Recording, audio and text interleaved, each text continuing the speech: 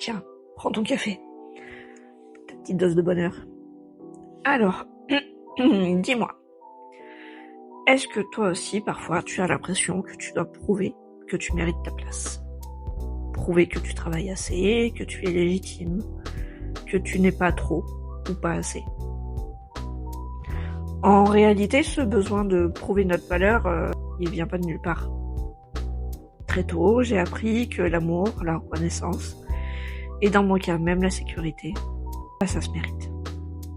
Quand tu fais bien, que tu as une bonne note à un contrôle par exemple, on te félicite. À l'école, on te donne une image, un bon point. À la maison, on te dit bravo. Ou pas. Et quand tu fais mal, on te retire quelque chose. Souvent de l'attention, de la tendresse, de la validation. Et pour le cas de l'école, on te pointe un petit peu du doigt. Alors ton cerveau, il fait ce raccourci. Si je performe, je vaux quelque chose. Le problème avec cette logique, c'est que tu te mets en mode automatique. Tu avances, mais t'y arrives pas. Parce qu'il y aura toujours quelqu'un de plus compétent, de plus productif, de plus confiant.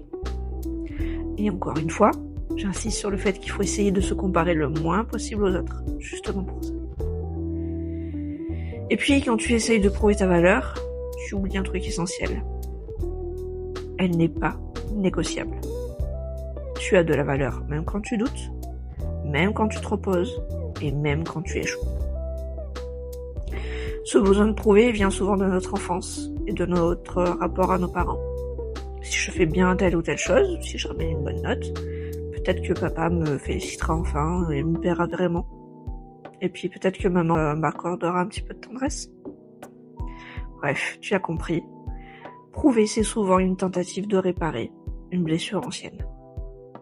Alors garde à l'esprit que la guérison ne passe pas par faire plus, mais elle passe par oser croire que tu es déjà assez.